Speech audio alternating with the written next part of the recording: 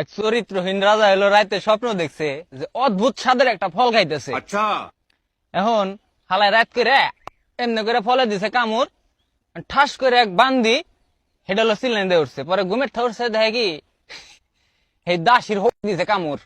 ঠিক আছে, যাই হোক, শালায় তো ঘুমের থেকে উঠে মন্ত্রী ডাক দিছে, "এই মাদার মন্ত্রী এদিকে আয়।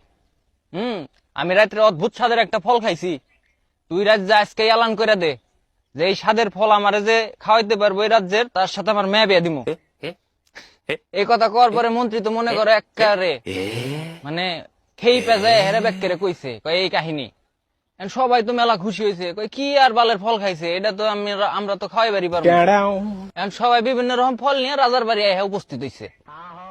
আনার পরে রাজা একটা শর্ত দিছে, কয় আমি রাত্রে যে ফলটা খাইছি স্বপ্নে, তোমরা যে ফল আনছাও এই ফলের সাথে যদি স্বাদে না মিলে, তাহলে যে ফল আনছাও সেটা পুটকিটা দিমু।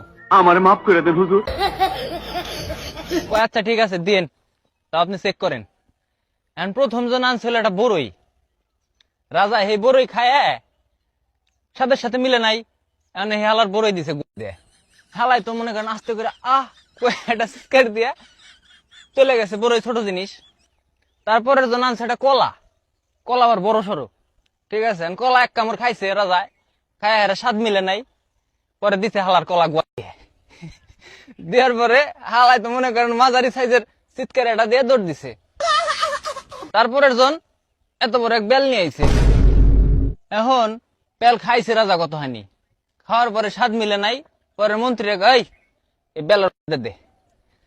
এখন মন্ত্রী যায় বেল দিবার যায়, যখনই ঠেলা দেয় ও তো ব্যথা পায় কানবো, ও কান্দে না, ও খিলখিল করে আশা চলতেছে। 3-4 বার এমনি করছে, করার পরে রাজা তো রাইগে গেছে, কি ব্যাপার এত বড় একটা বেল ওর দিতেছি, হালায় না কান্দে আসে, কাহিনী কি? পরে ডাক দিছে, কয় দিকে কেন গেছে, তারপরে গেছে এই বেল দিতেছি, তুই কান্দোস না, আসস কিসের জন্য? কয় রাজা কাহিনী তো এটা আছেই। কয় কি কাহিনী?